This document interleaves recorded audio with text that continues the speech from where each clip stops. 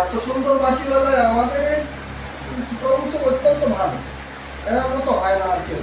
সবাইকে তো ইনি মানে সমাধান করেন, সবাইকে পালন পালন করেন, সবাইকে রক্ষা করেন, সব কিছু করেন। আর আমার প্রতি আমার কোনোদিন রুষ্ট বাক্য বলে না।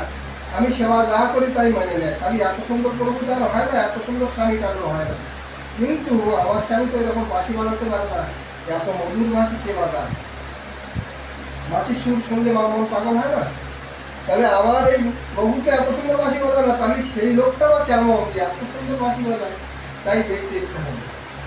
তখন প্রভুর সেবা বাদ দিয়ে চলে গেল কোথায় বাঁশি বাজায়, বাঁশির সুর ধরা করি। হ্যাঁ, যাও যাও যাও। এবারে কি হলো, তাহলে কি মনটা উতালা হয় না? যখন যদি কোনো বাজ বাজা হয়, ঘরের মধ্যে আমরা আজকালের দরজারে একটু বাইক ধরিয়ে বা একটু পথে গিয়ে দাঁড়িয়ে দেখতে হয় না যে কেমন বাজনা বাজতেছে, কি যাচ্ছে না কি একটা হচ্ছে, এরকম মনে উত্তাল করে না? তাই কৃষ্ণের সুর শুনে, বাঁশির সুর শুনে সবার মন আটকে গিয়েছে, কেন লক্ষ্মী দেবীর হবে না? লক্ষ্মী দেবী তখন চলে গেল। যেতে যেতে দেখছেন যে তাই তো সবাই যাচ্ছে, তা আমার মতো এত ঐশ্বর্যবান তো কেউ না। লক্ষ্মী দেবী সব ধন সম্পত্তির অধিষ্ঠান ছিলেন, আমার মতো তো এত কেউ না। তাহলে আমি কিভাবে যাব? তখন ওই গোপীগণের আনুগত্য নিতে হবে। যে গোপীগণ, ললিতা, বিশাখা, চিত্তা, সম্পূর্ণতা,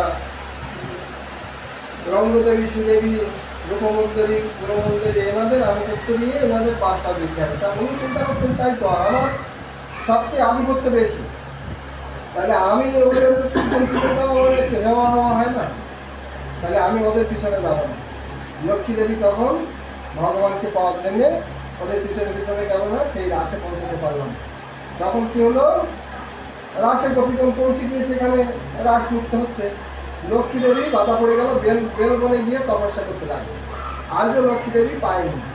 তাই মহাপ্রভু বলছেন যে তোমার সেই মানে বেলপাট ভট্টকে বলছে, তোমার লক্ষ্মী অন্য লোকের বাড়ি শুনে চলে গেল, এরা ঠিক হলো? এটা একটা দোষ হয়ে গেল না? তখন তো বেলপাট ভট্ট চিন্তা করলো যে গোপাল ভট্ট গোস্বামীর পিতা, বলছে প্রভু ওই ব্যাপারে আমি কিছু জানি না। বলছে এই দেখো, লক্ষ্মী দেবী যখন চলে গেল একজনের বাঁশি শুনে, তাহলে সে অত্যন্ত সুন্দর, এত সুন্দর বাঁশি বাজাতে পারে, আর তার সুন্দরের সঙ্গে আর সুন্দর তো আর মেলে না। তাই তাকে পাওয়ার জন্য এখনো তপস্যা করছে, কিন্তু পায়নি। আর এই গোপী